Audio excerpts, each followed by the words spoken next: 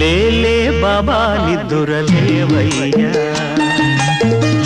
ఏలే స్వామి మేలుకోవయ్యా, రవితేజ కిరణమే నీ శరణు కోరుతూ చరణాలను చెరగ తలుపు తీసెరా బాబా. లేలే లేలే లేలే బాబా నిద్దురలేవయ్యా, ఏలే స్వామి మేలుకోవయ్యా. వేగు చుక్క తిలకమెట్టి వేదమంత్ర పువ్వులు పెట్టి